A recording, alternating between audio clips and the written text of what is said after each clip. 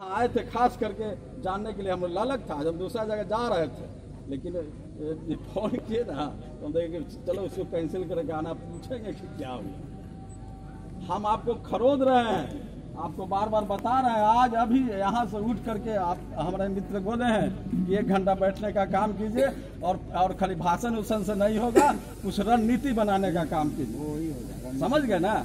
और रणनीति बना करके आगे का कदम कीजिए। हम आपको कह रहे हैं ना, हम है भारतीय सूरज है जो अच्छा है, जो हमारे साथ रहने वाले हैं, हम हमेशा आपके साथ हैं। आप बोलोगे हम आ जाएंगे, ये मेरा दावा है। और हमारे बीच जो विद्यासागर जी आए हुए हैं, इन्होंने राष्ट्रीय पार्टी का निर्माण किए हैं। सिंबल शायद अभी नहीं मिला है और 2-3 बार हमारे साथी बैठ चुके हैं। और इनके दिल में लालसा है कि धानुक समाज के लोग जो हमेशा दूसरे के आंचल में लुक करके या जा करके जो काम करने का काम करता है और उसको हमेशा लथार और बेइज्जती का सामना करना पड़ता है, तो इन सब से मुक्ति के लिए इनके दिल में ऐसा कुछ भार हुआ होगा या कुछ सोचे होंगे, तो इन्होंने एक निर्णय लिया धानुक को एकत्रित करने के लिए। बात की बात है कि और सारे लोग आएंगे, जब पार्टी बनता है तो सारे लोग आते हैं उसमें, लेकिन इसका मुख्य मुद्दा हुआ कि इसमें धानुक समुदाय का समावेश हो और उसके माध्यम से हमारा धानुक जाति आगे बढ़ेगा। मान लें कि अभी MP का चुनाव 1919 में है, 2019 में है, तो मान ले अभी नहीं। तो इस तरह से इन्होंने इनका सोच जो है खुद अपने मुंह से बताएंगे, और जो मैंने समझा है वो लगभग यही बात है। तो आगे इनका रन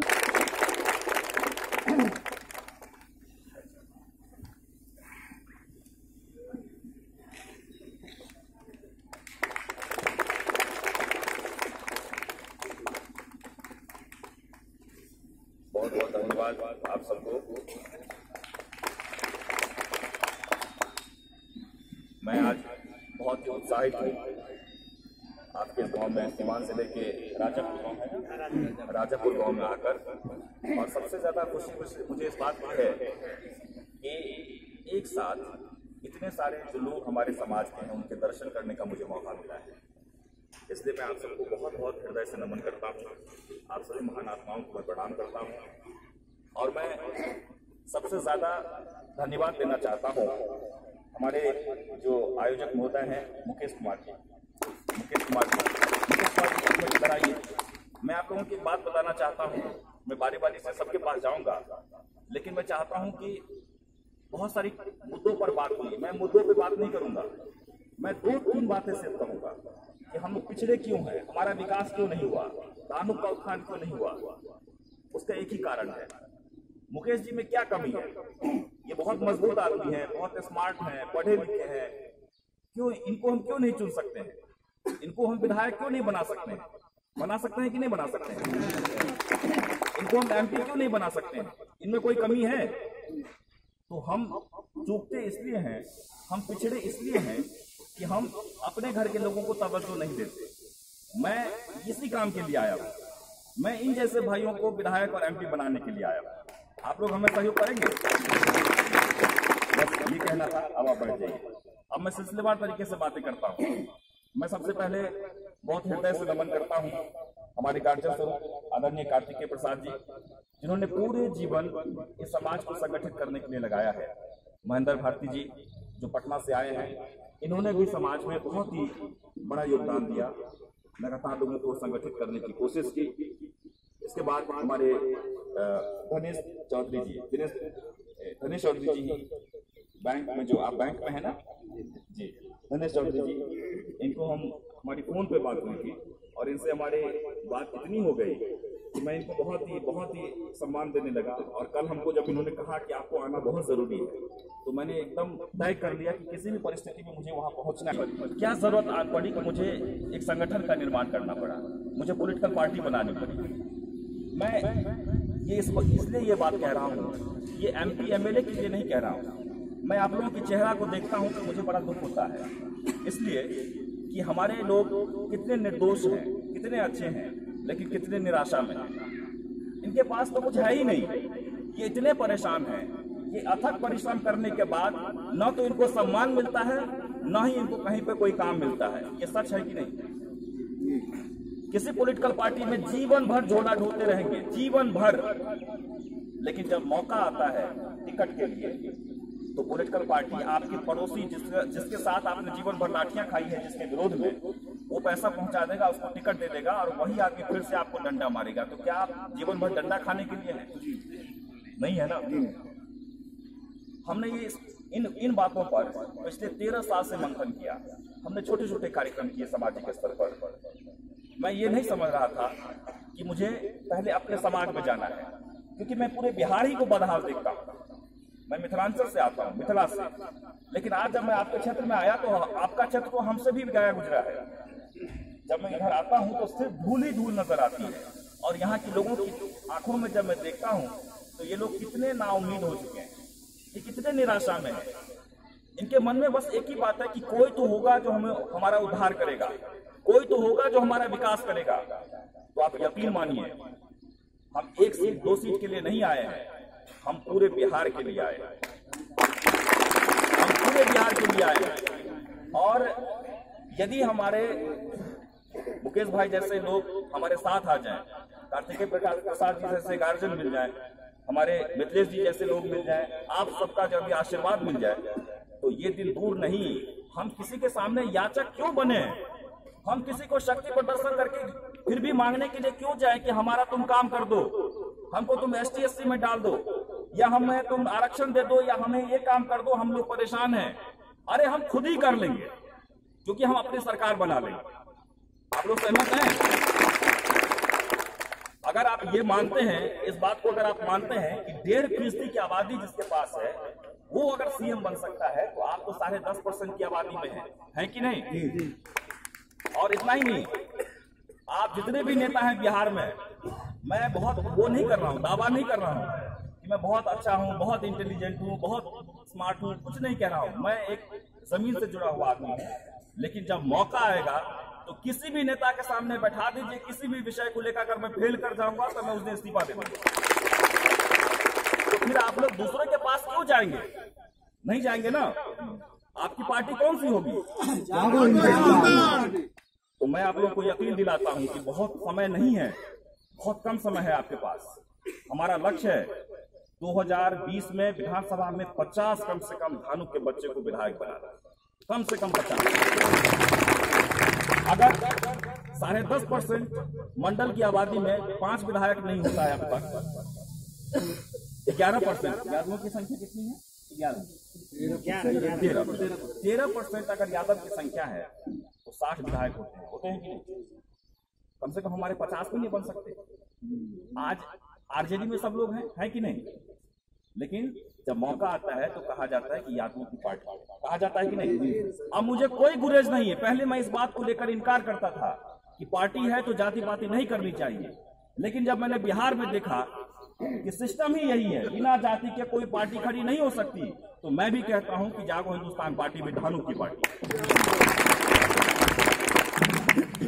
जागो हिंदुस्तान पार्टी जिंदाबाद, जिंदाबाद, जिंदाबाद। हमारा नेता कैसा हो? विद्यासागर जैसा हो। हमारा नेता कैसा हो? विद्यासागर जैसा हो। धानुक एकता जिंदाबाद, जिंदाबाद, जिंदाबाद। जागो हिंदुस्तान पार्टी जिंदाबाद, जिंदाबाद, जिंदाबाद। अब मैं आप लोगों से ये कहना चाहता हूँ, हमेशा आप लोग जब भी किसी कार्यक्रम में जाते हैं, खासकर उत्थान में, धानुक उत्थान समिति में, ये बड़ी जिसने भी शुरुआत की थी हमारे बुजुर्गों ने, उन्होंने एक बहुत ही बड़ी मंशा लेकर शुरुआत की थी कि हमारा समाज जब संगठित होगा उसी में से एक कदम निकलेगा, एक पॉलिटिकल पार्टी बनेगी, हमारे लोग लीडरशिप में बनेंगे और हमारे लोगों का उद्धार होगा। लेकिन वो आज तक नहीं हुआ, 70 साल में नहीं हुआ ना। इक्का दुक्का कुछ लोग जो बने भी वो बहुत ही सीमित रह गए, क्योंकि उनके पास अधिकार ही नहीं था। मिनिस्टर रहने के बाद भी उनके पास पावर नहीं था आपके लिए करने के लिए, इसलिए वो जानबूझ के ये कहने भी लगते थे कि अरे हम तुम्हारे वोट से नहीं जीतते। बहुत सारे, मैं किसी का नाम नहीं लेना चाहता हूँ, मैं किसी का विरोध नहीं करना चाहता हूँ, क्योंकि हम मुद्दे पर आ रहे हैं, हमें बदलना है। आप लोगों के पास लास्ट में विकल्प ये हो जाता है कि इस बैठक का मतलब क्या हुआ, हो जाता है ना। संगठन बनाना है तो कैसे बनाना है, संगठित करना है तो कैसे करना है, तो अब मैं आपको बताता हूं इस बैठक का मकसद, और यहाँ से आज दिमाग में लेके बात चले जाइए। जब आप हमारे साथ हो जाएंगे तो आपके पीछे पीछे जितने भी समाज के जाति हैं, अमार, केवट, पासवान, सदाई या मुस्लिम, पंडित, सब लोग आपके पीछे पीछे आएंगे आपके पार्टी। लेकिन उसके लिए आप सबको आज से कसम खानी पड़ेगी, शपथ लेनी होगी कि ये पार्टी हमारी है, और तभी धानु का उद्धार होगा, और धानु उत्थान समिति तभी संगठित होगा। ये भी मैं आपको बता रहा हूँ।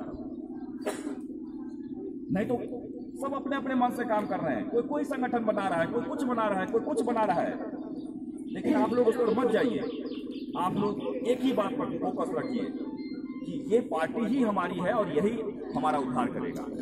दूसरी बात हम ये कहना चाहते हैं, शिक्षा को लेकर, रोजगार को लेकर बहुत सारी बातें हुई। हमने बेरोजगारी को लेकर अभी पटना में आंदोलन किया था, हमने मधुबनी में भी आंदोलन किया था, थाली पीटो आंदोलन। आप लोगों को मैं जानकारी दे दूं कि उसका एक असर हुआ है, बड़ा असर नहीं हुआ लेकिन छोटा सा असर हुआ है।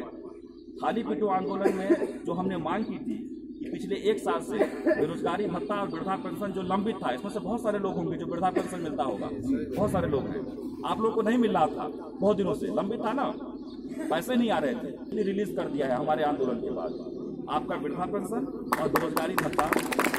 देखिए हम इसी से मानेंगे नहीं, हमारी मांग है कि कम से कम वृद्धा पेंशन जो 400 रुपये मिलते हैं उसको 1000 रुपये किया जाए, और नौजवानों को बेरोजगारी भत्ता, जितने भी नौजवान जो बेरोजगार हैं उनको 1000 से बढ़ाकर 3000 रुपये किया जाए।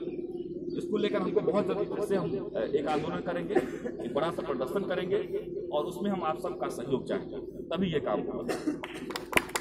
दूसरी बात, मेरा सिंबल अभी नहीं आया है, लेकिन उम्मीद है कि 15 तारीख तक मेरा सिंबल आ जाएगा। 15 तारीख तक मेरा सिंबल आ जाएगा। मैं फिर 8 तारीख को पटना में कार्यक्रम है, कार्यक्रम के तुरंत बाद हम दिल्ली जा रहे हैं। 4 दिन हमारे दिल्ली में, वहाँ के जितने भी मतलब कि बिहार के सारे लोग अब दिल्ली चले गए, अधिकतर लोग, हमारे समाज के लोग 80% लोग बाहर रहते हैं, ये सब मानते हैं, घर पे कोई नहीं रहता है। उन सारे लड़कों ने आज मुंबई में, दिल्ली में बैठक की है पार्टी के लिए, और हमको आमंत्रण दिया है। मैं जा रहा हूँ दिल्ली, बहुत सारी बैठकें हैं वहाँ और पूरे हाईटेक तरीके से हम लॉन्च करेंगे। जितने भी पॉलिटिकल पार्टियां, उससे हम हाईटेक तरीके से लॉन्च करेंगे अपना सिंबल और हाईटेक बनाएंगे। दूसरी बात, भोजन सबको मिल जा रहा है, कम बेश मिल जा रहा है। मेरी सरकार जब आएगी, जब हमारी पार्टी सफल होगी, तो हम आपकी लाइफ स्टाइल को बदल देंगे। हमारा यही मकसद है कि आपके जिंदगी में सुधार कैसे हो, आपके बच्चे ऑफिसर कैसे बने, और वो हाईटेक कैसे हो। अब सड़क और पानी और बिजली पर सरकार नहीं बनेगी, अब सरकार बनेगी दिनचर्या को बदलने पर, कि आपके पास पैसा तो है लेकिन आपको खाने के लिए मतलब कैसे भोजन करें, कैसे चलें, कैसे दौड़ें, वो आपको नहीं आता है। हमारे पार्टी का ये भी एक मुद्दा है कि मैं आपको स्मार्ट बनाऊंगा। हमारे लोग बहुत स्मार्ट होंगे, कहीं भी जाएंगे हमारी पार्टी के लोग, तो उनको पता चलेगा कि नहीं ये फलां पार्टी का आदमी है, वो इतना स्मार्ट है। उसके लिए मैं एक अलग तरीके से कल्चर डेवलप करूंगा। क्या ये नया कल्चर है कि नहीं? जी जी। और इसमें आप लोग सहमत हैं? जी सही सहमत हैं। अच्छे कपड़े, अच्छे भोजन, क्योंकि हम चाहते हैं कि हमारे लोग, हमारे घर की महिलाएं आज भी जीवन भर खेतों में काम करते करते उनकी मृत्यु हो जाती है, हो जाता है कि नहीं? मैं चाहता हूं कि वो ऐसा ना करें, वो घर में रहें, वो अच्छे स्टाइल में रहें, वो भी अच्छे कपड़े पहने, उनको भी अगर बीमार हो तो अच्छे डॉक्टर के पास, अच्छे हॉस्पिटल में उनका इलाज हो। और इन सब की मेरे पास प्लान है, इन सब के लिए मैंने व्यवस्था के लिए मेरे दिमाग में सारी योजनाएं बनी हुई है।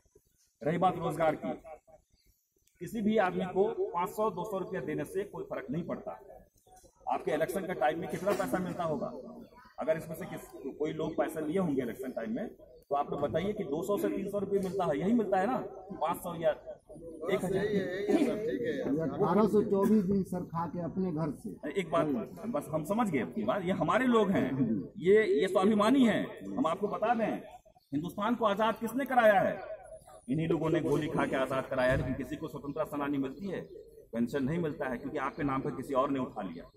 मैं चाहता हूँ मैं उन सारे स्वतंत्रता सेनानियों को ढूंढ लूंगा। मैं किसी भी स्वतंत्रता सेनानी की जयंती और श्रद्धांजलि दिवस में नहीं जाता हूँ। अभी क्यों नहीं जानता हूँ?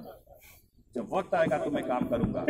मैं उनके नाम से स्मारक बनाऊंगा, सड़क बनाऊंगा, उनके परिवार को बहुत सारी योजनाएं दूंगा, उनके नाम से बहुत बड़े बड़े ओवरब्रिज बनेंगे जैसे बने हुए हैं बाकी लोगों के नाम से, है कि नहीं। मैं भी अपने स्वतंत्रता सेनानियों के लिए करूंगा, क्योंकि मुझे पता है कि हमारे लोगों ने ही सीने पर गोली खा के इस देश को आज़ाद किया है, लेकिन वो आज भी भटके हुए हैं, उनको कोई सम्मान नहीं देता। तभी भी सम्मान नहीं था, तभी भी उसको कह दिया जाता था कि अरे तुम ये कर लो, और आज भी यही कहा जा रहा है। लगभग 70% लोगों की आबादी ऐसी है जहाँ लोग चुपचाप दास की तरह खड़े हैं। मैं आपको वही अधिकार दिलाना चाहता हूँ कि आप दास नहीं हैं, आप एक मजबूत योद्धा हैं, आप मजबूती से लड़िए।